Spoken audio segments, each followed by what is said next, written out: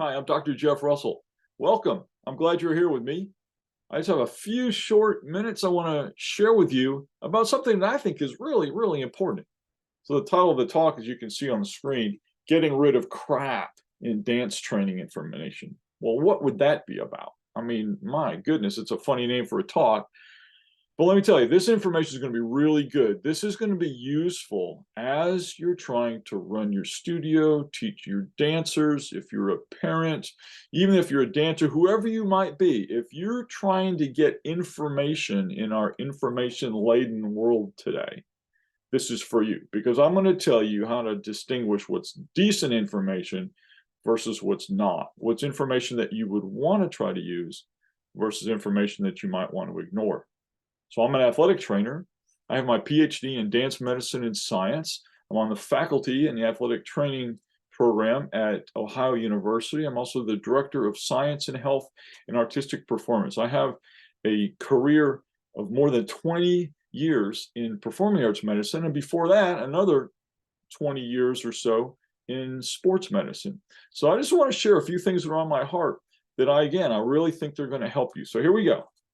This information really is coming to you from an organization that I'm involved with, just a privilege to be involved with them, called the Bridge Dance Project. So they're kind of sponsoring this and providing this information as a public service, really as something that's designed to help you in the kinds of things that you do with dance every single day. So let's get going, shall we? Be alert. Be alert. That's kind of the main thing here. So information is coming at you from all kinds of places. Now, even today, there's information coming at you that was developed by a computer, like just happened by artificial intelligence. And what's that all about? How do we deal with that kind of thing? Well, overall, I just want you to be alert. Be alert. Many things out there are too good to be true, and many things out there may be too false to be good. So we're going to kind of look at this and try to understand how we get through some of the noise. Because let me tell you, in today's world, one of two things is needed to be an expert, either a website or a TikTok account. And one of those automatically means, in many people's minds, that you're an expert and you know what you're talking about, you know what you're doing. Not necessarily the case. So let's go and unpack this idea of what we mean about the CRAAP and CRAAP test.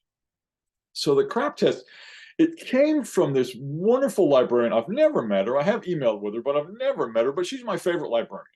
And the reason I say that is because this is a genius idea that she came up with. This is something that really, really is helpful. So in this journal, the LOEX Quarterly or LOEX Quarterly, many years ago now, she wrote this article about the CRAAP test that she developed to try to help students at the university become better at understanding whether something was good, bad, or otherwise in terms of information. So she says sometimes a person needs an acronym that sticks. And I think you'll have to agree with me that Sarah's acronym sticks. So the first letter, C, stands for currency. Now, we're not talking about money here, right? We're talking about dates. We're talking about how current is the information that you're going after. So let's say you're on a website and you're trying to gather information about what's some of the best training program that we can put our dancers through, or what do we need to teach our dancers about nutrition or about rest or about physical exercise or whatever, right? So when we're trying to find this kind of information, we want to determine, is it current? Is it 20 years old? If it is, it might not be applicable today. Even if it's 5 years old in some areas, it's not going to be applicable. Things change quickly. And so as you're looking for your different pieces of information, start asking, is this recent? Has it been revised? If it started out, if it's an older material, but has it been revised recently? To what extent is that project or inquiry giving you the up-to-date information that you need? And another thing about currency, and you can tell a lot about whether people are updating their websites or not, do the links work? So if you're hitting links and they're going nowhere, then that means they have not updated their information, and maybe not such a good score on currency. The R stands for relevance. Does this information relate to your area of interest? What is it that you're trying to find out? Is it seeming like it's in at least the general neighborhood of what you're wanting to learn?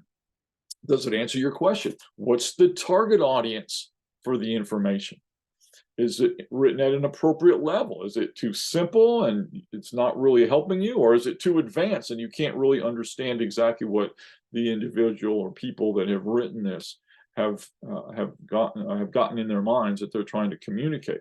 If that communication is not coming across, it isn't going to do anybody any good on the receiving end, right? Have you compared it to other sources on the same topic? Are you comfortable? Are you thinking that, yes, this is going to be reputable? Would you pass this on to someone else? Like, oh, I found this great piece of information. Are you willing to stake your reputation on the fact that that is good information? So all of this relates to relevance. And then the first A, authority. Who's the creator? Who's the author? Who's the publisher? Who's the sponsor? Who's involved in this, right? Do they have some level of authority? What are their credentials? What organizational affiliations do they have? Are they qualified in some way as an expert because of their degree, because of their job title, because of the institution they belong to, the organization they're representing? Are these things that are really helpful for you, making sure that this is somebody that I want to listen to? This really is an expert, not somebody that their only credentials they have a website, not somebody that the only credentials they got a TikTok account. Are these people that actually have something behind that would support the fact that they're authorities?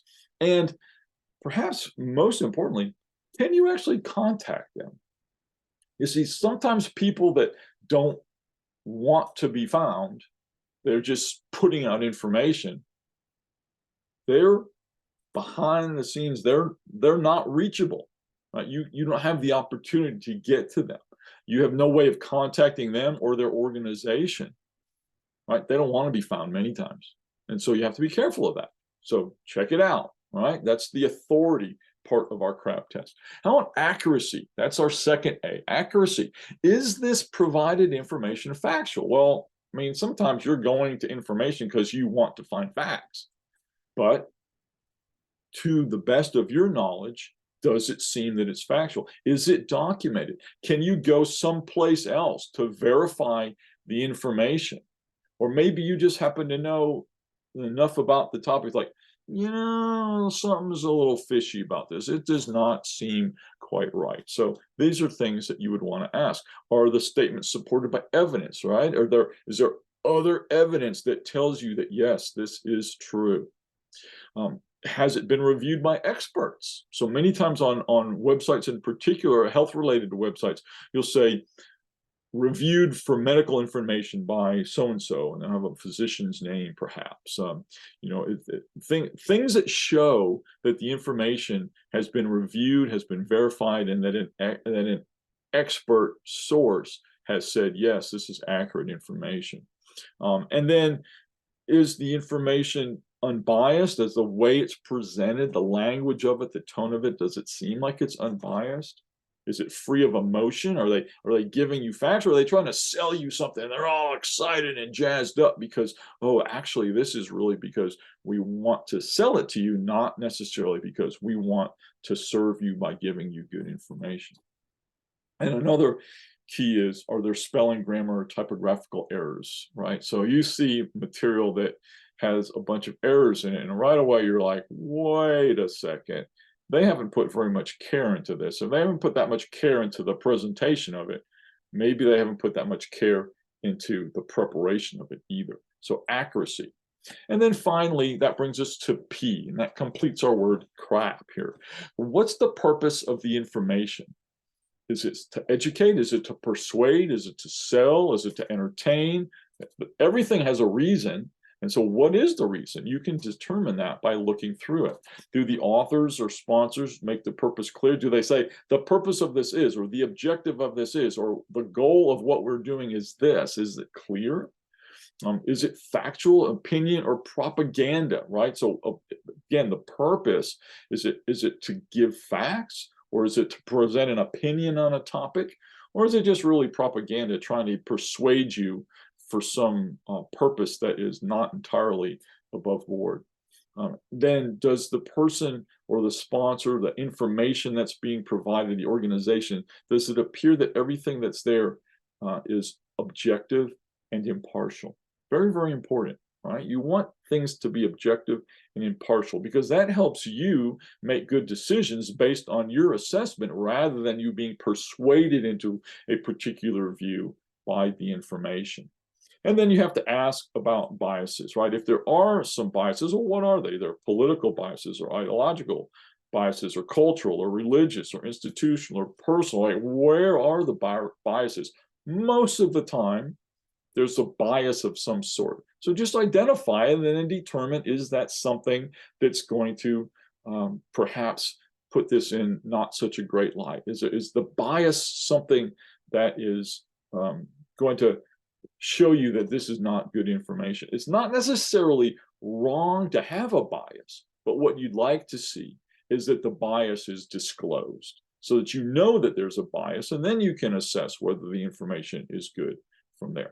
Okay, so CRAAP, CRAAP. Those are the different pieces of our acronym. And then you can go back through this video. You can make yourself even a checklist, CRAAP, and you can make it like a review sheet that you would use as you're going through information. And how do these things rate on each one of these characteristics? But let me tell you something. You're already using the CRAAP test. So here I am teaching you, but you're already using it. Let me show you. First of all, go shopping for groceries. I think everybody that's watching this shops for groceries at some point in time. Currency. What's the expiration date on the groceries? Relevance. Will I or my family like how this tastes? Authority. Does this company make quality and tasty products? Accuracy. Are the ingredients right? Is this really healthy? You know, a lot of products that make you think they're healthy, but if you look under the surface and read the ingredients, you might say, oh, I'm not so sure this is healthy. And then finally, our P, what can I make from this? How much will I use it, right? Does this thing that I'm buying have a purpose? So you use the CRAAP test for shopping for groceries. You do this all the time, didn't even notice. How about here? Electing government officials. Well, that's something that you would use the CRAAP test for as well. Does this candidate understand today's society, right? Currency. Are they current? Are they relevant? Does this candidate represent my views? Authority. In what positions has this candidate served previously? Very logical. Accuracy. Is this candidate truthful with their comments? Just another question that you would ask. And then finally, purpose. What's the real reason this person is running? Are they running because they want to serve the people, or they want running because they want to serve themselves?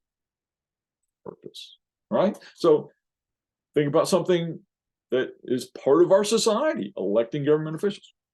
You're already using the CRAAP test. So there you go. You're familiar with it. Thank you very much. Appreciate the opportunity to speak with you, to present this to you. Certainly, if you have any questions about it, you're free to email me. You can also contact the Bridge Dance Project, and we would be more than happy to just answer whatever questions you might have, help you along the path as you're moving forward, as you're trying to make your dance training environment, your studio, more wholesome, more healthy, more well, and more safe. So thanks very much.